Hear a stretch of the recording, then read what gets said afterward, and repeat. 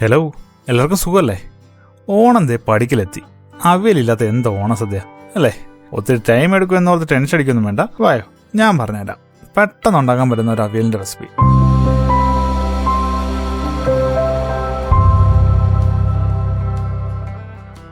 ആദ്യം പച്ചക്കറികളെല്ലാം ഇതേപോലെ നീളത്തിൽ അങ്ങ് അരിഞ്ഞെടുക്കാം. കയ്യിൽ എന്തൊക്കെ പച്ചക്കറികളുണ്ടോ അതെല്ലാം എടുത്തോ.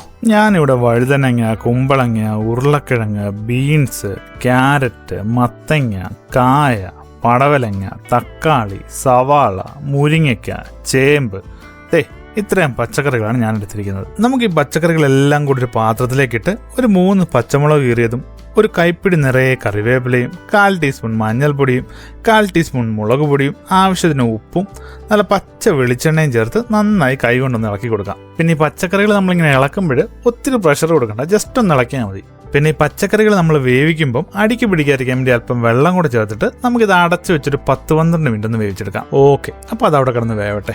ഈ സമയം കൊണ്ട് നമുക്കൊരു മിക്സിയുടെ ജാറിലേക്ക് 1/4 കപ്പ് തേങ്ങ ചിരകിയതും, ഒരു 4-5 കുഞ്ഞുള്ളിയും, 1 അല്ലി വെളുത്തുള്ളിയും, ഒരു പച്ചമുളകും, 1/2 ടീസ്പൂൺ ചെറിയ ജീരകപ്പൊടിയും, 1/4 ടീസ്പൂൺ മഞ്ഞൾപ്പൊടിയും ചേർത്ത് നല്ലപോലെ ഒന്ന് ക്രഷ് ചെയ്തിങ്ങെടുക്കാം. പച്ചക്കറികളൊക്കെ വേവിക്കാൻ വെച്ചപ്പോൾ നമ്മൾ വെള്ളം ഒഴിച്ചുകൊണ്ട് അടിക്ക് പിടിക്കാൻ ചാൻസ് ഒന്നുമില്ല. എന്നാലും വേണ്ടിയില്ല, അടിക്ക് പിടിക്കുന്നില്ലെന്ന് ഉറപ്പ് വരുത്താൻ ഒന്ന് ഇളക്കി കൊടുക്കുന്നത് നല്ലതാണ്. പച്ചക്കറികളൊക്കെ വെന്ത് വരുന്നുണ്ട്, എന്നാലും കുറച്ചുകൂടെ വേവാനുണ്ട്. ബാക്കി നേരം കൊണ്ട് നമുക്ക് അടച്ചു വെച്ച് തന്നെ കുക്ക് ചെയ്യാം. ഇപ്പോൾ ഏകദേശം 10-12 മിനിറ്റ് ആയിട്ടുണ്ട്. നമുക്കിത് തുറന്നു നോക്കാം. നമ്മുടെ പച്ചക്കറികളൊക്കെ പാകത്തിന് കുക്കായിട്ടുണ്ട്. നമുക്കിതിലേക്ക് നമ്മൾ അരച്ചു വെച്ചിരിക്കുന്ന അരപ്പ് ചേർത്ത് ഒന്ന് ഇളക്കി കൊടുക്കാം. ധൃതി പിടിച്ചൊന്നും ഇളക്കണ്ട, പതിയെ ഇളക്കിയാൽ മതി. പച്ചക്കറികളൊന്നും കുഴയാൻ പാടില്ല.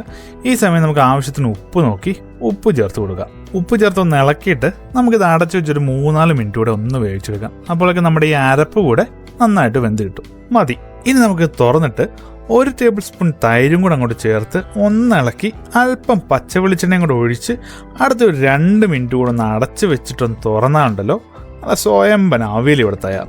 ഞാൻ ആദ്യം പറഞ്ഞുകൊട്ടെ, സിമ്പിൾ റെസിപ്പി ആയിരുന്നേ, പെട്ടെന്ന് തീർന്നേ. അപ്പോൾ നമ്മുടെ ഓണസദ്യക്കുള്ള മെയിൻ ഐറ്റം ഇവിടെ റെഡി ആയിട്ടുണ്ട്. കുറേ ഐറ്റംസ് നമ്മൾ ഓൾറെഡി ഇട്ടിട്ടുണ്ട്. കാണാത്തവരാണെങ്കിൽ അതൊക്കെ ഒന്ന് കണ്ടേക്കണേ. അപ്പോൾ എങ്ങനെ ഉണ്ടാക്കി നോക്കില്ലോ അല്ലേ? ധൈര്യം ഉണ്ടാക്കി നോക്കിയോ, ഓണസദ്യ നമുക്ക് പൊളിക്കാം. എങ്കിൽ പിന്നെ ശരി, വീഡിയോ ഇഷ്ടമായാലൊന്ന് ലൈക്ക് ചെയ്തേക്കണേ. അടുത്തൊരു നല്ല വീഡിയോ കാണുന്നതുവരെ ഗുഡ് ബൈ.